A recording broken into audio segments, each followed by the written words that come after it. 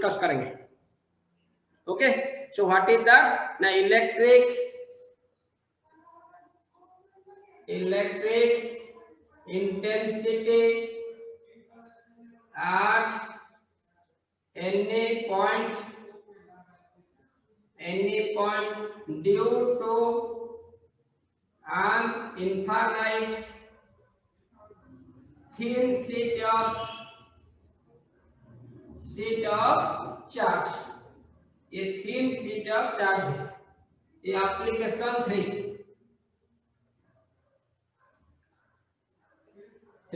Gauss law का application है। तो इसमें ये है infinite thin sheet of charge, ये रेगुलर सब इनफाइनाइट है, infinite thin sheet of charge है, उसको पॉजिटिव चार्ज देंगे। वो एक सरफेस है, तो सरफेस रहने से उसका यहाँ पर कंसीडर करेंगे सरफेस चार्ज डेंसिटी क्या है ना, sigma is equal to here sigma is equal to surface charge density, that is sigma is equal to q by s, charge by surface area, okay. तो यहाँ पर हम लोग क्या करेंगे, जो गॉसियन सरफेस बताया था, गॉसियन सरफेस में which obey the Gauss law, जो गॉस लॉ को सेटिस्फाई करेगा, ओबे करेगा, that is called the Gaussian surface. It may be spherical in shape और सिलिंड्रिकल इन शेप। तो यहाँ क्या करेंगे, तो सिलिंड्रिकल शेप गॉसियन सरफेस बनाएंगे।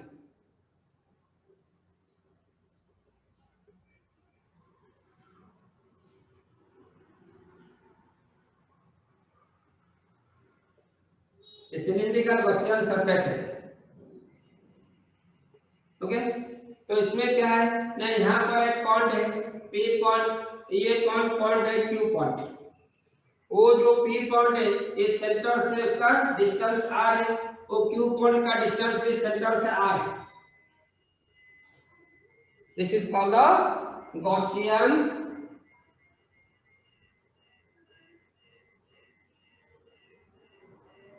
Cylindrical surface, Gaussian cylindrical surface, okay. तो ये P पॉइंट में, ये जो P पॉइंट ये प्लेन सरफेस है, Q पॉइंट में प्लेन सरफेस है, एक और सरफेस है। तो यहाँ पर एलिमेंटरी सरफेस है, तो इसलिए E vector is always perpendicular to the surface और ये ds vector is perpendicular to the surface. तो यहाँ पर भी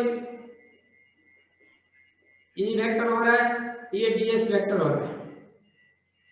और ये कर्व सरफेस है, कर्व सरफेस में इंटेंसिटी से जा रहा है E वेक्टर और ds वेक्टर उसको परपेंडिकुलर करेगा ds वेक्टर, ऐसे हो गया, वो एंगल 90 डिग्री हो गया, ओके। तो इसमें क्या करना है, इंटेंसिटी P पॉइंट में और Q पॉइंट में इंटेंसिटी निकालेंगे using the Gauss law. Gauss law क्या है ना, phi E total electric flux is equal to the surface integration of E vector dot ds vector equal to Q by epsilon naught, अभी total flux निकालेंगे। तो total flux एक Gaussian cylindrical surface का निकालेंगे। So total flux surface integration of E vector dot ds vector is equal to phi।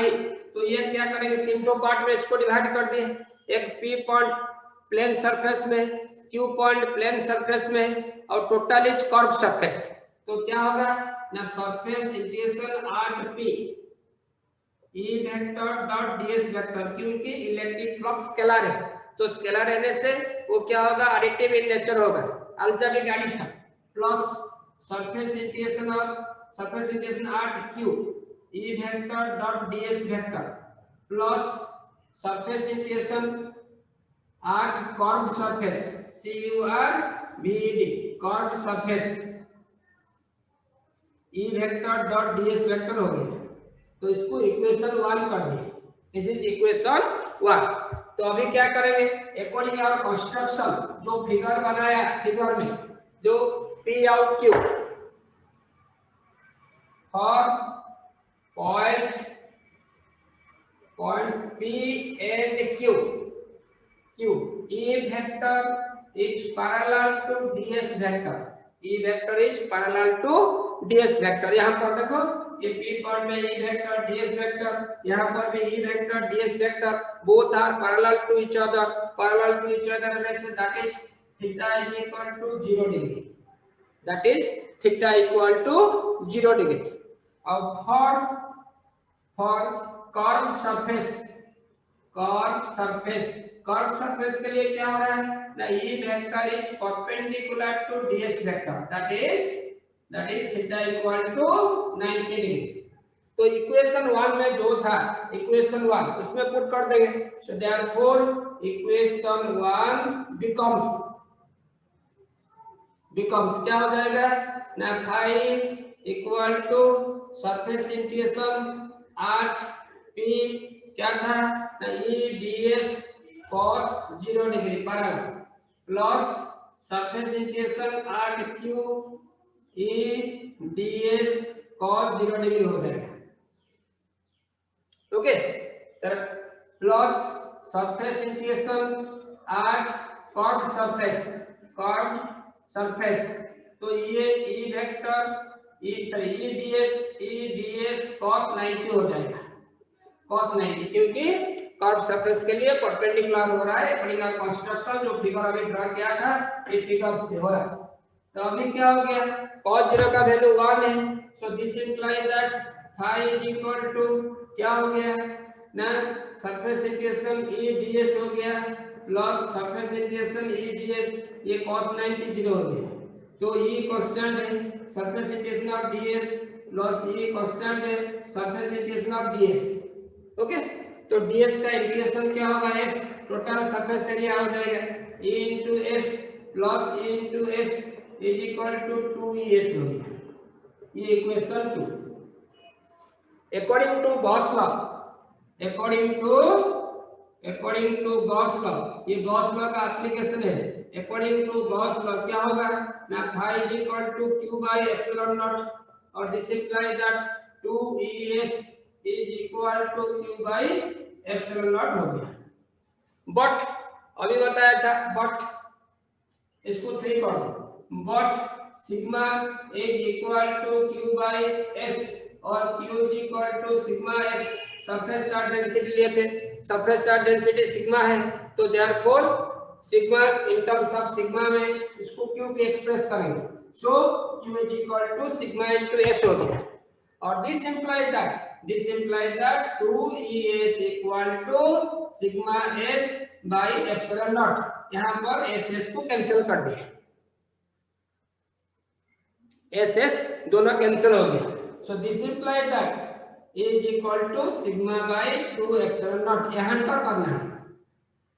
This is the final expression, final कैवल्य, this is the final expression for electric intensity at any point due to an infinite thin sheet of charge.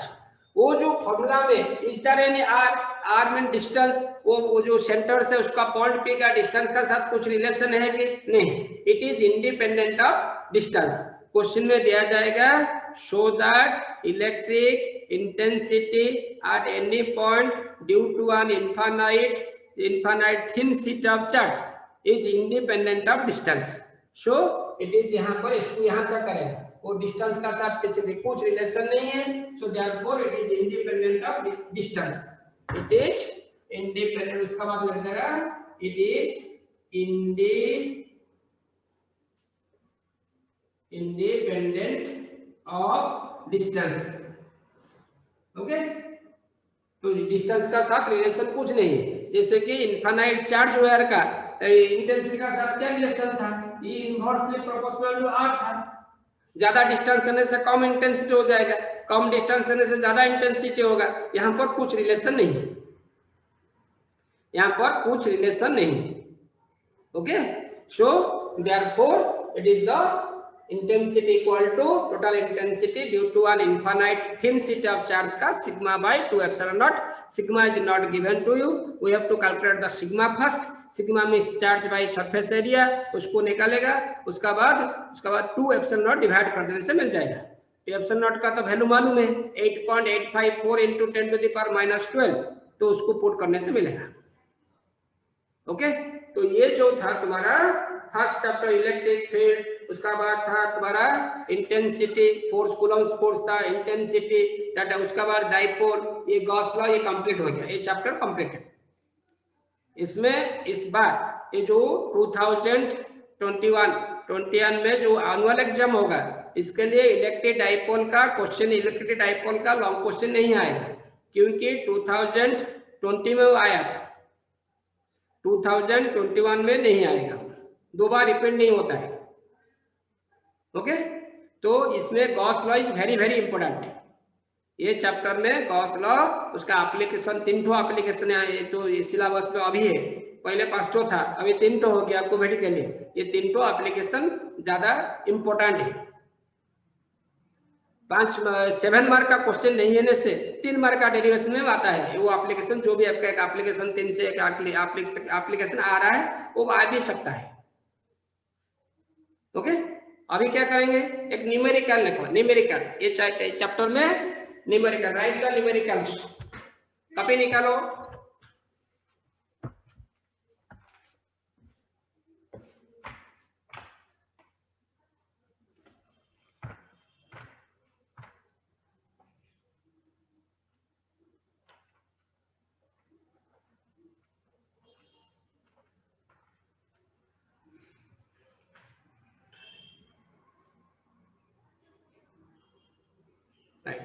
If the electric field is given by, if the question number 1, if the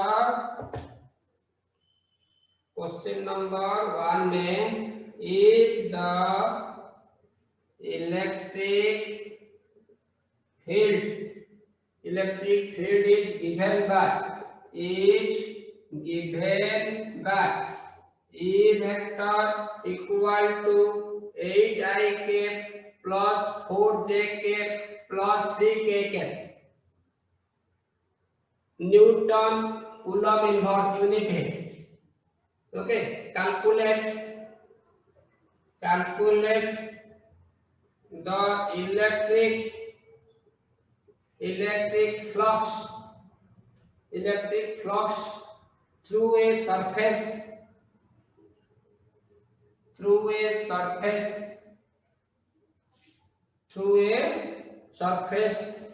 of area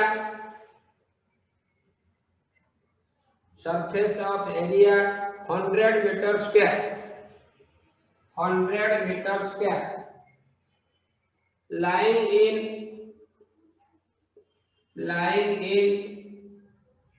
XY plane,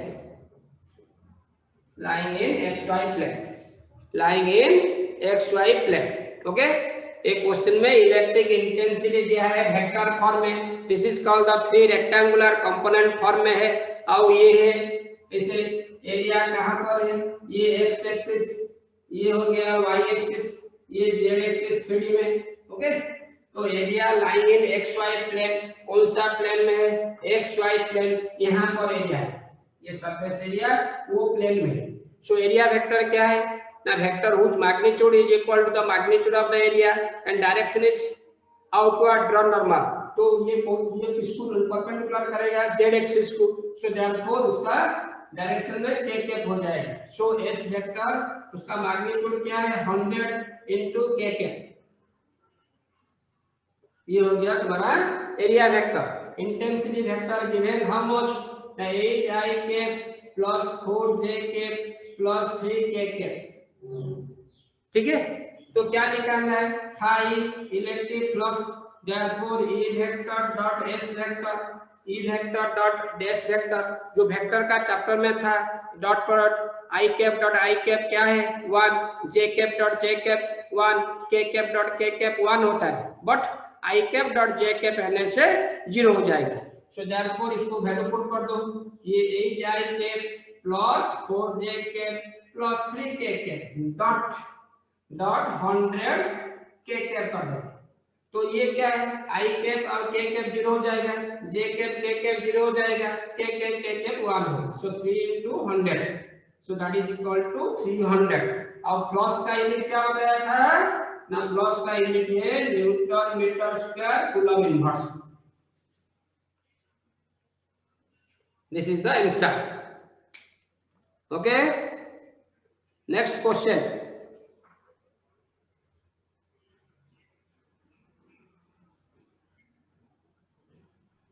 ठीक है।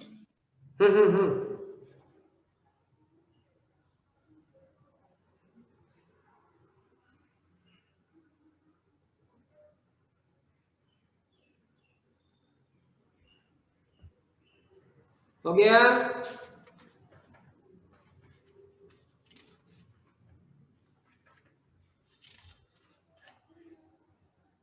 Yes sir.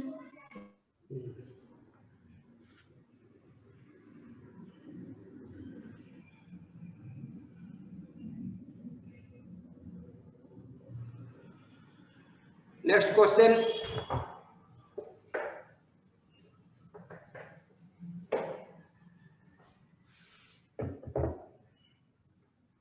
A positive charge of question number 2 में a positive charge of 17.7 microcoulomb is placed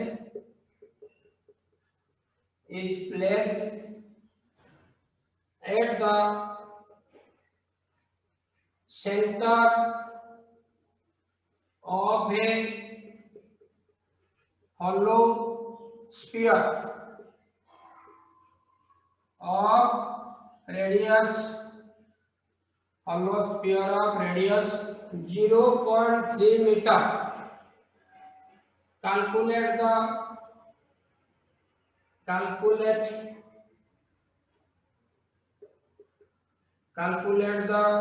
flux density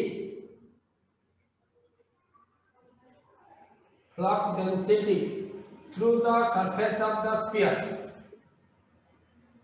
Through the surface of the sphere.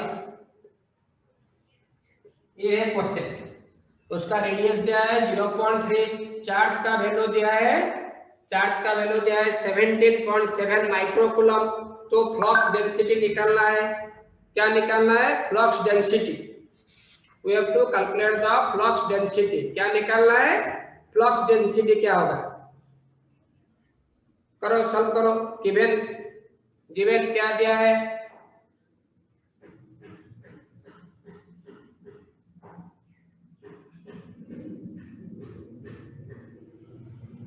देखो कि Q का value देखो।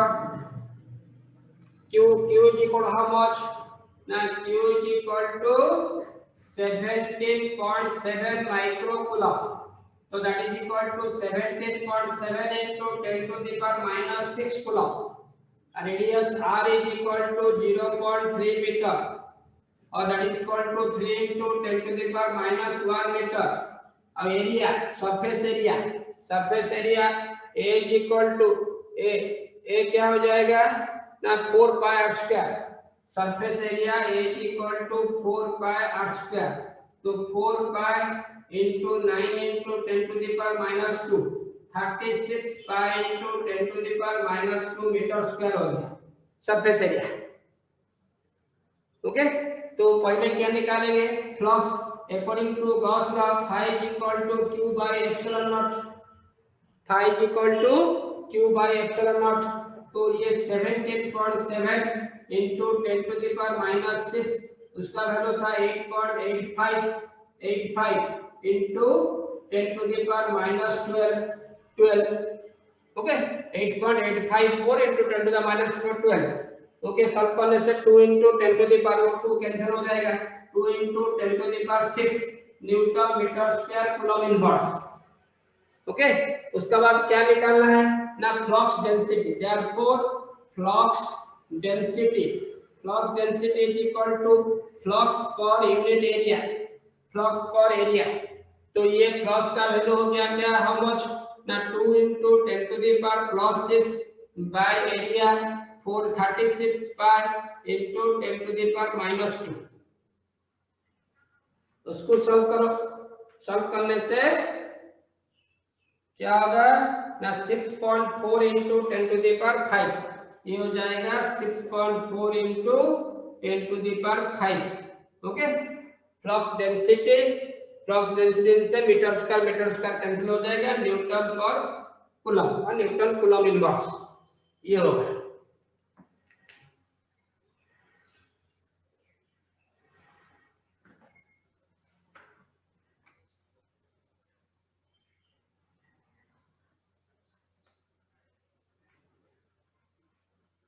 Okay, हो गया सबका?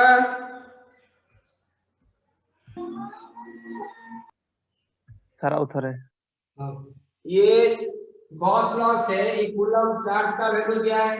Charge is equal to this much, micro is 10 to the power -6, nano एनएस है 10 टू द पावर -9, मिली एनएस है 10 टू द पावर -3। ओके, तो उसका बाद रेडियस दिया है, तो रेडियस मींस ये सरफेस एरिया, होलो स्फीयर दिया है, उसका सरफेस एरिया स्फीयर का surface area 4 pi r square क्या है ना, 4 पाई r स्क्वायर, इसका वैल्यू पुट कर दिया। तो हम लोग गॉस लॉ से फॉर्मूला था electric flux linked with the surface close surface is equal to the 1 by epsilon naught times of the total charge enclosed within the surface। सो यहां से पुट कर दिया, तो ये मिल गया फ्लक्स और निकालने के लिए बोला है flux density, flux per unit area is called the flux density. तो फ्लक्स निकाल दिए, उसका बाद एरिया डिवाइड कर देने से ये मिलेगा फ्लक्स डेंसिटी हो गया। Okay, is it clear?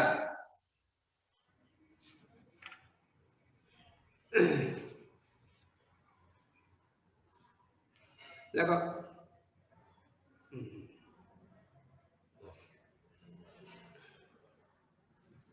Next question है, ये हो गया सबका।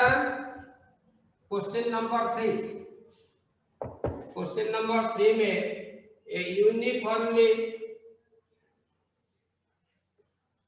क्वेश्चन नंबर 3 ए uniformly charge conducting sphere, charge conducting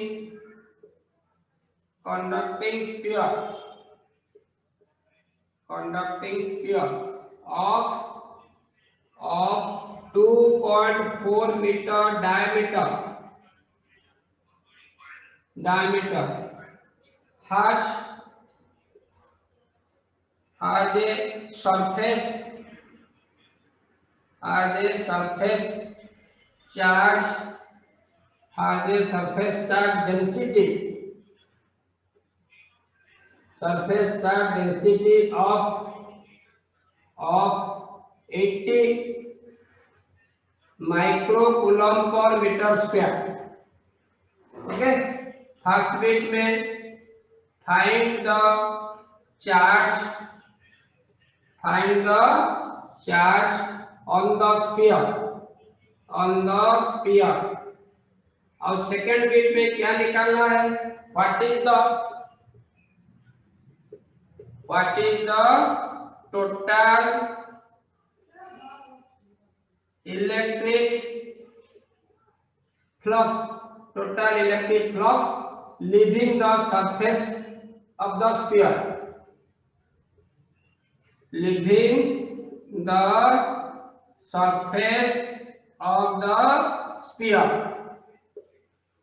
ठीक है। ये है क्वेश्चन है, इसमें क्या दिया रे ना, डायमीटर दिया, डायमीटर को रेडियस में कन्वर्ट कर दो बाय 2, तो गिवन आंसर में given r is equal to 2.4 by 2 1.2 metre. Okay, वो हो गया 12 into 10 to the power -1 metre. Surface area is equal to 4 pi r square, तो 4 pi into ये हो गया 144 into 10 to the power -12 metre square. Okay, और surface charge density sigma is given 80 microcoulomb per metre square, 80 into 10 to the power -6 coulomb हो गया। और Q is equal to sigma is equal to first bit में sigma is equal to Q by A, और this implies that Q is equal to sigma into A।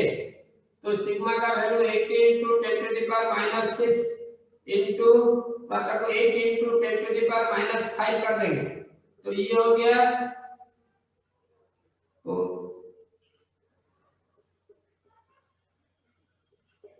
into into pi into 10 to the power -2, तो उसको multiply करने से, ये multiply करने से क्या मिलेगा, सिंपलीफाई करके मल्टीप्लाई करने से it will be 1.45 into 10 to the power -3 coulomb हो जाएगा। दिस मोड ऑफ चार्ज आएगा। मल्टीप्लाई करें पाई का वैल्यू 3.14 नहीं तो 22/7 पुट करने से।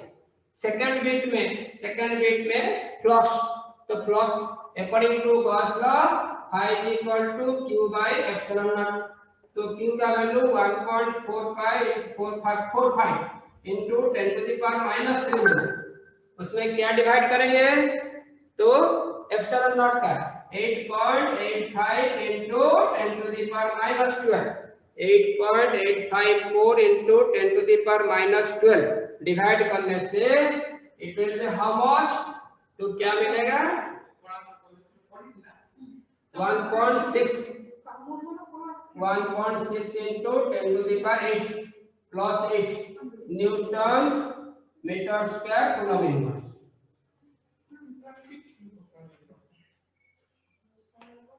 Newton metre square coulomb inverse.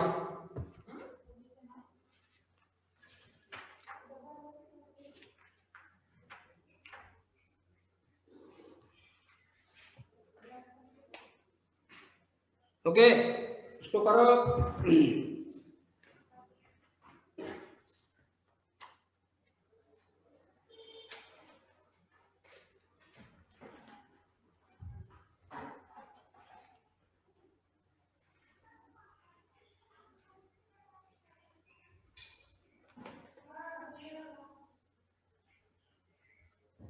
हो गया रे।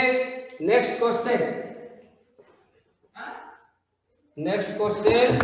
क्वेश्चन नंबर 4 में the electric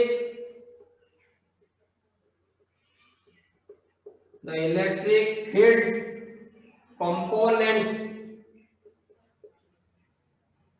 components due to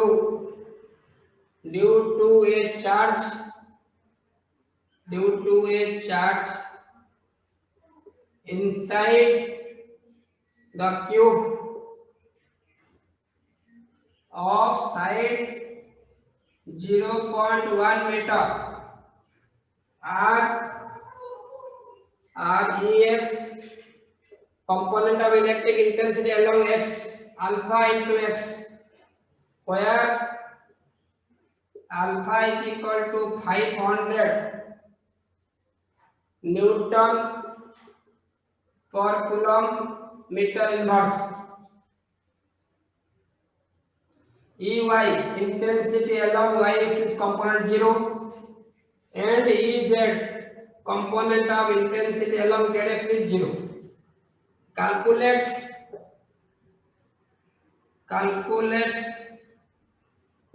the flux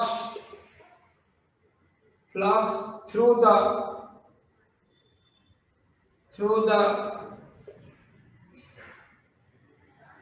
the cube and the charge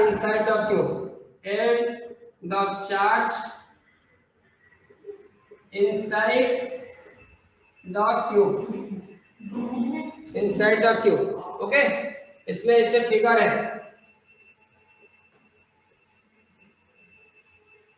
ये एक्स एक्सिस है, ये वाई एक्सिस, ये जेड एक्सिस है। यहाँ पर ऐसे क्यूब है,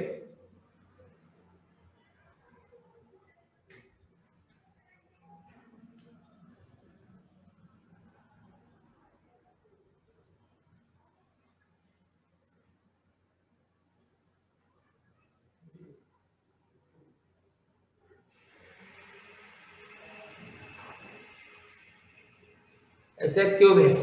ओके, तो उसका यहाँ पर जो डिस्टेंस है, यहाँ से ये जो डिस्टेंस है ये 0.1 है, 0.1, और साइड का डिस्टेंस भी 0.1 है।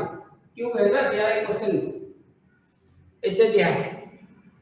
और एक्स एक्सिस में खाली इंटेंसिटी मालूम है, एक्स एक्सिस का इंटेंसिटी है, वाई एक्सिस में कुछ इंटेंसिटी नहीं है और जेड एक्सिस में कुछ इंटेंसिटी नहीं है।